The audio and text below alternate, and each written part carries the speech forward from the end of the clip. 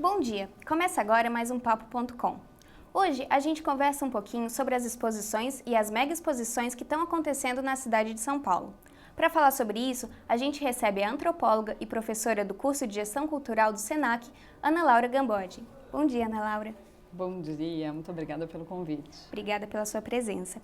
Eu queria começar perguntando se você acredita que o público está se adaptando para ir a esses museus ou se os museus estão se adaptando para receber o público. Eu acho que são as duas coisas, né? Eu acho que nós mudamos, né? Nós público, nós não público mudamos. E os museus, com o uso de tecnologias, né? A gente vê as pessoas com celulares, querendo apps para baixar informações sobre museus ou informações sobre acontecimentos na cidade. A gente posta as nossas informações, né? Facebooks e Instagrams e coisas assim. Então, eu acho que um museu que não se utilize da tecnologia, que não seja lúdico, não atrai tanto o público. Então, os museus passaram a se adaptar um pouquinho às mudanças que esse público estava exigindo dos museus, né? Entendi, bacana. E eu queria saber se o que é trazido de fora tem um apelo maior, porque a gente vê que, por exemplo, no MIS, as filas maiores são para grandes exposições que vêm de fora. No caso do Castelo Rá-Tim-Bum, é uma exposição brasileira, mas exposições como do Stanley Kubrick vieram de fora. O que você acha? Então, eu não acho que é uma questão de ser de fora ou de dentro. Eu acho que as exposições que realmente têm atraído o público que a gente vê, né, elas são exposições interessantes, são exposições que fazem com que o público participe e entenda a exposição. Se a gente for ver os históricos, né, das exposições em São Paulo, por exemplo, se a gente pegar a Bienal, as primeiras bienais, né, elas eram recorde de público. Elas viviam lotadas, elas bombavam, né, digamos assim. Depois, lá em 97, por aí, que se começam a trazer exposições de fora de novo, e que dá de novo um boom, né? A gente tem aí exposições de Picasso, de Monet, tem uma dos Guerreiros da China, que acontece na Oca, que traz 900 mil pessoas para a Oca para ver exposições de guerreiros chineses.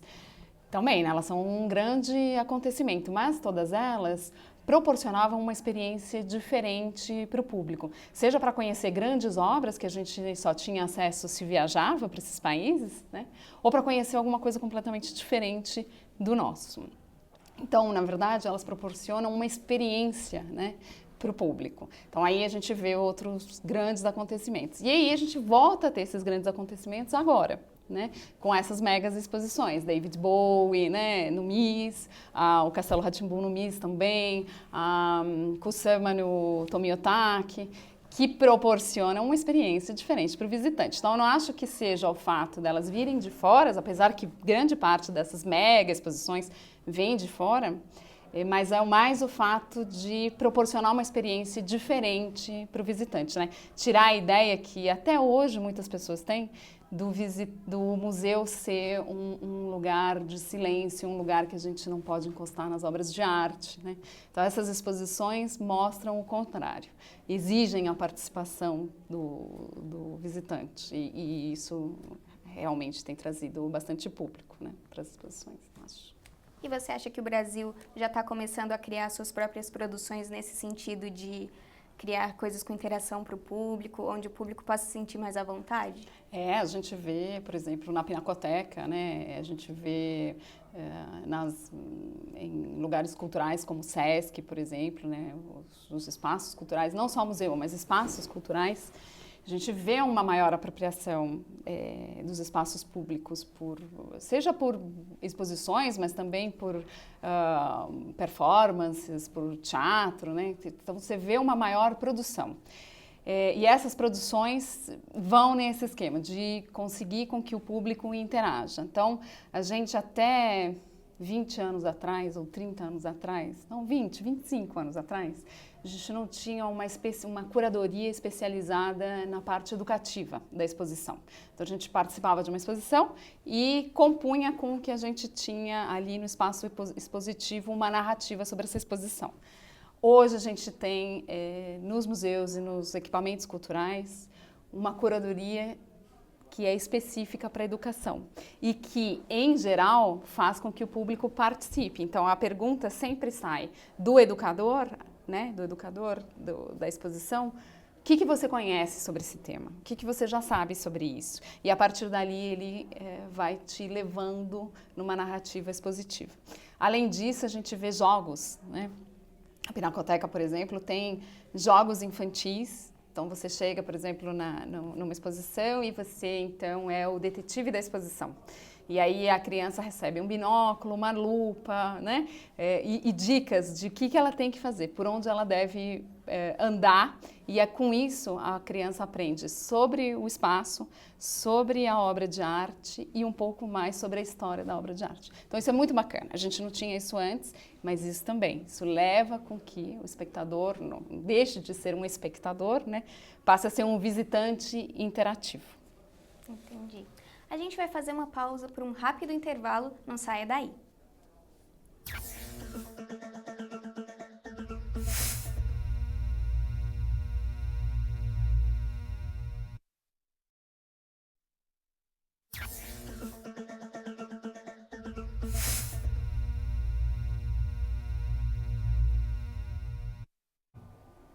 Estamos de volta com o Papo.com, que fala hoje um pouquinho sobre as exposições e as mega exposições que estão acontecendo na cidade de São Paulo. Para falar sobre isso, a gente está aqui com a Ana Laura Gambode, professora do SENAC. Bom, Ana Laura, você já falou um pouquinho, mas eu queria voltar ao assunto das redes sociais, a importância delas nesse momento. Você acha que as redes sociais atrapalham ou ajudam, por exemplo, o Instagram, fotos e todo esse tipo de divulgação? Então, eu sei que tem muitas pessoas que criticam a gente tirar fotos, fazer selfies dentro das exposições. Eu, particularmente, acho que é uma coisa natural, né? Antigamente, a gente tirava fotos que não eram de celulares, eram de câmeras, na frente do quadro da Mona Lisa, por exemplo, sem flash, obviamente, para não atrapalhar a obra. Mas é um processo natural e o que eu acho, na verdade, é que o ato da gente fazer um selfie dentro de uma exposição mostra que, primeiro, a exposição deve ter alguma coisa interessante, senão não tiraria o selfie. Depois que leva essa exposição para fora do museu, né? Então é como se a gente tivesse uma exposição dentro do museu e uma exposição fora do museu. Uma exposição feita pelo olhar daqueles visitantes, né, constrói uma expografia diferente da que está dentro do museu, segue uma outra linha de raciocínio. E por ali a gente percebe o que agrada e o que não agrada ao visitante. Então, eu acho que para o museu ou para a empresa produtora da exposição é uma ótima que a gente tire fotos, né, que faça os selfies da exposição. Não acho que atrapalhe para nada, acho que é o contrário, melhora muito, né, o acesso de obras importantes para o grande público. Tem gente que não vai conseguir ir tirar um selfie, mas através da selfie do amigo sabe um pouco da exposição, né? Nem que seja, por exemplo, a da Okusama, que virou o selfie das bolinhas, né? A exposição das bolinhas. Então a pessoa fica sabendo da bolinha e, se tiver um interesse em saber quem que produziu essa exposição da bolinha, de quem que é essa bolinha, vai querer saber, vai procurar mais informações sobre o artista. Então eu acho que é uma boa. Então, você acha que as selfies podem também ajudar o museu e ter talvez um papel educativo? Eu acho que sim. Não sei se tanto educativo, mas sim, acho que elas podem ajudar o museu. Tanto que os museus hoje não só permitem que você tire a foto com o celular, né, de novo sem flash, mas disponibilizam a própria rede do museu para você mandar instantaneamente a foto, né? Então, tem aí a gente percebe que existe uma boa vontade dos museus em que essas fotos que são produzidas no museu sejam divulgadas instantaneamente para fora do museu. E você acha que o reconhecimento do artista ou a relação dele com o público muda com essas redes sociais? Eu acho que o artista fica mais próximo do público. Hoje, um público muito diverso, né? Então, a gente não sabe quem é o público. A gente vê de tudo, de criancinha a vovozinhas vendo a exposição, por exemplo, das bolinhas da Okusama. E um público muito diverso, né? Até o preço dos museus possibilita isso, a entrada gratuita possibilita isso. Então, se a exposição é interessante, as pessoas realmente vão, né? Mais ainda se ela puder interagir com a exposição. Então, eu acho que aproxima, na verdade, o artista do público, né? Mas que o artista mude a sua obra pensando no público, eu já não sei se é um movimento que eu assinaria embaixo. ele pode repensar a sua obra vendo o público, mas eu não acho que... acho que é mais a proximidade, o artista fica mais perto do público, assim. Entendi. E você falou da variedade do público, a gente não sabe quem vai ver, com quem a gente está falando. Mas você acha que o público agora é diferente, está procurando saber mais sobre as exposições, ou se informar um pouquinho antes, buscar saber quem é a Yaoi, quem foi o David Bowie? Eu acho que sim, nem que seja através do Wikipedia. A gente tem essa mania de googlar as coisas, né? Então, se eu vejo uma foto, por exemplo, que você postou no Facebook sobre o David Bowie e eu me interessar, achar interessante, eu vou procurar quem que é o David Bowie e onde essa exposição está acontecendo, né? Então, acho que sim.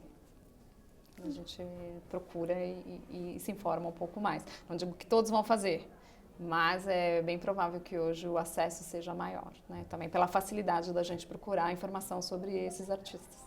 Como professora, você acha que isso ajuda, talvez encaminhe um pouco as pessoas para buscar mais informações e acabar colocando isso em prática na vida, de repente ler um novo livro ou ir além dessas exposições? O que a gente vê, por exemplo, em pesquisa de público de museu, é que se a pessoa se interessa... Primeiro que ele não vai sozinho no museu, ele sempre vai acompanhado. Então, o museu, ele também é uma experiência de convívio, né? Então, a gente não vai sozinho numa exposição, sempre vai com alguém. E ali eu discuto o que é interessante, o que eu estou achando interessante ou não na exposição e comparto. Não só isso, eu tenho a possibilidade de compartilhar, não só a foto, mas a minha impressão sobre essa exposição instantaneamente, né? Depois, a parte educativa dos museus tem colaborado muito. Então, não só eu consigo saber um pouco mais dessa exposição através da página dos museus, né? Que antes não tinha página de museu, né? Hoje a gente tem página de museu. Quando eu era pequenininha não existia nada disso, não tinha internet, gente.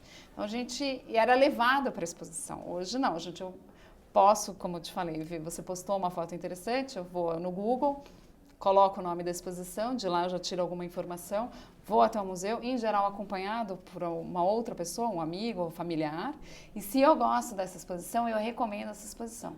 Então, eu acho que a tecnologia ajuda, na verdade, os museus. Tem museus, por exemplo, que não existem na vida real, digamos assim, né? Que eles não existem fisicamente. Montevidéu tem um museu assim, ele só existe virtualmente. E é um museu bastante visitado. Então, a tecnologia de informação realmente muda a nossa maneira de estar no mundo, muda a nossa maneira de encarar o museu, né? Hoje a gente não vê mais o museu como um lugar de uma coisa estática, como eu te falei no começo, né? Não é um lugar que eu não posso mais botar a mão nas obras de arte. Hoje eu parto do pressuposto de que se ela está ali é porque ela precisa de uma interação comigo, que eu vou ter que interagir com aquela obra, né? E você acha que a gratuidade ou os preços mais acessíveis para a ida das pessoas aos museus facilitou com que o público fosse variado? Sim, mas os museus nunca foram lugares caros. O que acontecia com o museu é que a suntuosidade do museu, né, e o tipo de exposições que o museu continha não permitia que o visitante chegasse, né? O Néstor Garcia Canclini, por exemplo, tem um estudo sobre museus na Cidade do México que aponta bem isso. Já a suntuosidade do museu impede a minha entrada. Esse edifício não é o edifício que eu tenho acesso, que eu posso pertencer. E eu aprendo isso socialmente, né? Então, mesmo que o museu era grátis, as pessoas não entravam no museu. Então, não era uma questão econômica. Hoje, o que a gente tem é uma massiva divulgação das exposições, né? Um investimento em marketing que a gente não tinha antes. E esse investimento e essa divulgação toda faz com que o público queira ir ver essas exposições. Meio que um mercado de arte, né? Entendi. Bom, infelizmente o nosso tempo acabou. O papo foi ótimo com a Ana Laura, mas o Papo.com fica por aqui.